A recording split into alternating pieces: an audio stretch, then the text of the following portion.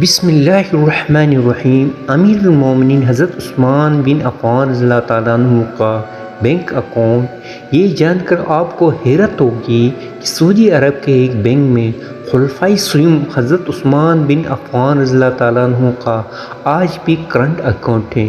مدینہ منورہ کی میونسپلٹی میں حضرت عثمان بن عفان رضی اللہ تعالیٰ عنہ کے نام پر باقاعدہ جائیداد رجسٹرڈ ہے۔ آج بھی حضرت عثمان بن عفان رضی اللہ تعالیٰ عنہ کے نام پر بجلی اور پانی کا بل آتا ہے۔ کیا آپ چاہتے ہیں کہ مسجد نبوی کے پاس ایک عالی شان رہائش ہوٹل زیر تعمیر جس کا نام عثمان بن عفان رضی اللہ تعالیٰ عنہ ہوٹل ہے؟ تفصیل جاننا چاہیں گے؟ یہ وہ عظیم صدقہ جاریہ ہے جو حضرت عثمان بن عفان رضی اللہ تعالیٰ عنہ کے صدقہ نیت کا نتیجہ ہے۔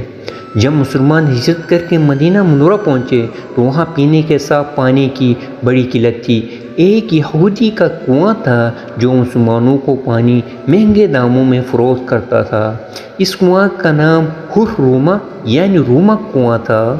مسلمانوں نے رسول صلی اللہ علیہ وسلم شکایت کی اور اپنی پریشانی سے آگاہ کیا۔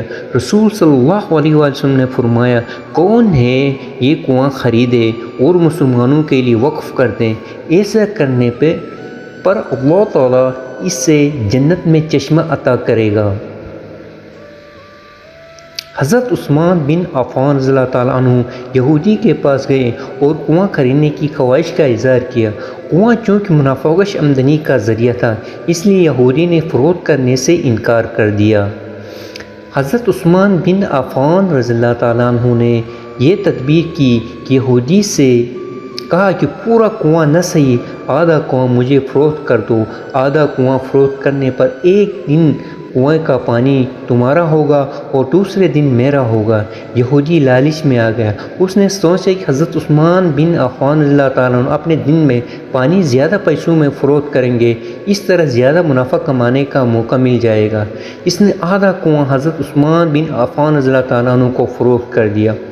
حضرت عثمان بن عفان رضی اللہ تعالیٰ عنہ نے اپنا دن مسلمانوں کو کنویں سے مفت پانی حاصل کرنے کی اجازت دے دی۔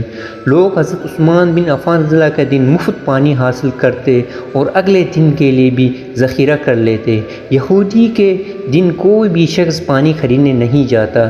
یہودی نے دیکھا کہ اس کی تجارت مانند پڑ گئی ہے تو اس نے حضرت عثمان بن عفان رضی اللہ تعالیٰ عنہ سے باقی آدھا کنواں بھی خریدنے کی گزارش کی۔ اس پر حضرت عثمان بن عفان رضی اللہ راضی ہو گئے اور پورا کنواں خرید کر مسلمانوں کے لیے وقف کر دیا۔ وقت گزرتا گیا اور یہ کنواں مسلمانوں کو سیراب کرتا رہا، یہاں تک کہ کنویں کے ارد گرد کھجوروں کا باغ بن گیا۔ عثمانی سلطنت کے دور میں اس باغ کی دیکھ بھال ہوئی۔ بعد ازاں سعودی کے عہد میں اس باغ میں کھجوروں کے درخت کی تعداد 1550 ہو گئی۔ یہ باغ میونسپلٹی میں حضرت عثمان بن عفان رضی اللہ تعالیٰ عنہ کے نام پر رجسٹرڈ ہیں۔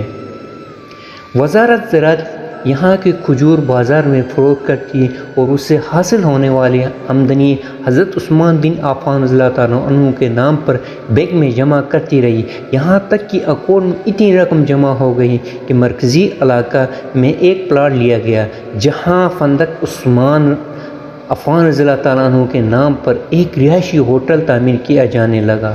اس ہوٹل میں سالانہ 50 ملین ریال آمدنی متوقع ہے، جس کا آدھا حصہ غریبوں اور مسکینوں میں تقسیم ہوگا، باقی آدھا حضرت عثمان بن عفان رضی اللہ تعالیٰ عنہ کے بینک اکاؤنٹ میں جمع ہوگا۔ اندازہ کیجئے کہ حضرت عثمان بن عفان رضی اللہ تعالیٰ عنہ کے انفاق کو اللہ تعالیٰ نے کیسے قبول فرمایا، اس میں ایسی برکت عطا کی قیامت تک ان کے لیے صدقہ جاریہ بن گیا۔ یہ وہ لوگ ہیں جنہوں نے اللہ کے ساتھ تجارت کی، جنہوں نے اللہ تعالیٰ کو قرض دیا، اچھا قرض، پھر اللہ تعالیٰ نے انہیں کئی گنا بڑھا کر لوٹ دیا۔ سبحان اللہ العظیم، کتنی